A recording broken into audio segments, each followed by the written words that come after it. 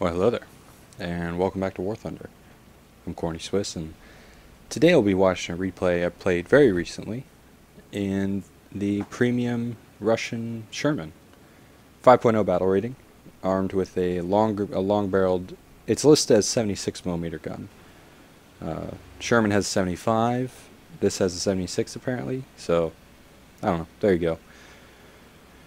But what's interesting about this situation is I am driving an American tank on the Russian team, and the American team, and the American tanks are on the other team. So there's something I thought of recently is that there's there's two German KV-1s, the KV-1B and the KV-1 other thing. At least because I always see a KV-1B around and it's German. So, and there's been plenty of times when I've actually seen KV-1s when I'm playing a Russian team and not shot them because I was like, oh. But I'm pretty sure that the same thing happens with this Sherman. It's the only way you can really tell is that it's painted a different color. It's more of the Russian green rather than the American kind of brown, more brown. But regardless, I'm going to push forward over here, support this KV-1, and we're going to try and take this corner. Now the M6 that's sitting there has already been knocked out. Might as well shoot him anyway. You never know. But we've actually kind of pulled a pretty big flank maneuver here by going right down the middle of the city. There doesn't seem to be anyone here, and we know there's fighting on the southern side of, south of the city, kind of along the road there. So the goal now is to start the cap reset and kind of clean up and envelop the enemy by going that way. Because I did just, I got some indication that there was enemies over here. And that muzzle flash certainly helped. Going to push through the vegetation and come out over here and hopefully try and support my guys our guys as they attempt to kick the enemy out. And bam, muzzle flash right there. That tells me that something's right there. Yeah, nice hit into there. Get the assist on him. Using the machine gun is pretty important with a lot of American tanks. The 50 cal can actually chew up a lot of machines.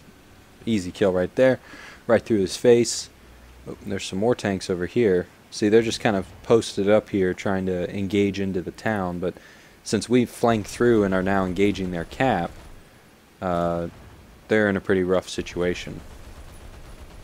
He manages to scoot behind the building there, but he is severely damaged and not likely to be a threat. And there is something else over here. Boom, just took a hit, but stellinium. It's the color, I'm pretty sure. I see him fire through the bush and hit him with a shot into the side. I mean, with the M6, you probably don't need. I mean, honestly, the M6, its armor profile isn't that good. So I don't know. I guess it's still practical to be pointing to try and turn the tanks so that you're a smaller target, but it really doesn't matter. There's this German tank here.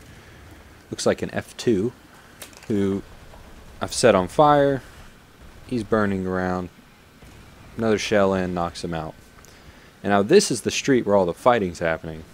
Now that guy I'm just about to shoot got knocked out, and there's a Sherman Jumbo right here. It's the short-barreled Jumbo. The interesting thing is he's going to struggle to penetrate my tank like this, and I'm going to struggle to penetrate his. I'm trying to hit the machine gun port, but it's just a difficult hit right now. And he does a sensible thing. He's going to put a shell in and around my cannon barrel to disable my guns so that he can basically run up to me and pop a shot in my side. That was a good hit by him. I'm getting around behind him, but my gun is damaged and I blow it out. So I'm stuffed. I can't repair like this. At this range, he will penetrate the front of my tank and he will kill me. Unless someone else does. You see all these tanks running around. The Jumbo is an interesting tank because from the front, at least this variant, from the front is very difficult to knock out. But the gun is the same gun on the M4A1 and the M4 and the M4A2. So it's that short-barreled 75mm that just, honestly, at 5.0 battle rating doesn't get the job done. But it got the job done that time. But now I'm going to run around in my SU-152. Hopefully, if we find him again, hopefully we deliver some 152mm of justice and payback. But first, we got to get over there. What's kind of happened on the map is we've completely enveloped the city. But that jumbo is actually going to be able to sneak out and go towards our cap. And he is going to make it there. But we aren't going to see him again. I'm not going to be having any more dealings with that guy. He's going to sneak through the town, get to our cap, and that'll be the end of that. But I'm pushing along this outer road here. Basically, my goal is to make sure that no one's trying to sneak in, try and flank into the city. I have this nice bush wall next to me what should keep me relatively safe. Someone was capping back their zone, but not anymore. Just going to keep pushing forward. Once I clear this intersection, it's kind of into enemy territory. So you always have to be on your toes, and especially the SU-152 has the advantage of being relatively slow, so a lot of times, even when you're moving, you can just go ahead and fire the shell, and I mean, it doesn't really matter where you hit them. If you hit them, they're going to explode, so you just have to land it in the general area. It's much like a grenade. So pushing around our knocked out comrade there. Now, there's the jumbo starting to cap our zone. Now, I'm not worried about him because we've started capping long before he has, so it would take a lot of effort for them to dig us out of the cap circle, and because this isn't a wargaming product where if you can reset the cap. The cap doesn't reset as long as someone's in there. You can light them up all day long. If you don't knock them out, it doesn't reset. You can stop the cap by getting into the cap circle, I think. I actually really don't know. Most of the time I just kill them. But, so regardless, it's very unlikely that they'll be able to stop our cap. And, I mean, quite frankly, we have no one going back to stop their cap. But that's not what I'm looking for. I'm looking for a juicy tank moving across an open field who doesn't know I'm here, so I can plant this 152mm shell in the side of his tank. Goodbye. Right through the side of the tank. That's what this gun's for, blowing up enemy tanks.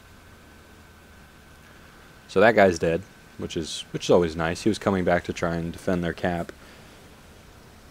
Now the jumbo stopped capping. We're still capping. We're gonna win, and this is pretty clear at this point. I'm just looking to see if there's not one more thing I can blow up, whether it's a hay bale, an enemy tank, a tree, a bush, I don't know. Something else needs to blow up. I only got to fire this gun once, so looking for something else to shoot at.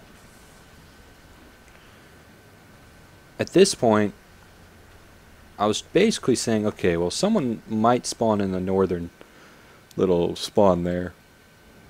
So I'm trying to kind of watch that, and because I don't think that guy's going to spawn again in the same spawn when he just got obliterated. If he even spawned again. But now that we've capped the zone, game's over. I mean, well, the game's not technically over. You can decap the capped zone in this mode. You just have to. You have to be really quick about it. But if you get into the cap and no one else is there, you can decap it. Oop. All right, little Mr. Scarecrow, you're the chosen victim. I'm telling you, he deserved it. He did something. I just don't know what it was.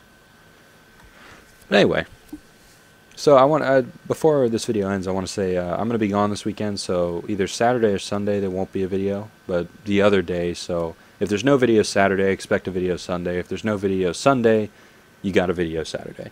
So, anyways, I want to thank you guys for watching. I've been Corny Swiss. I'll see you next time.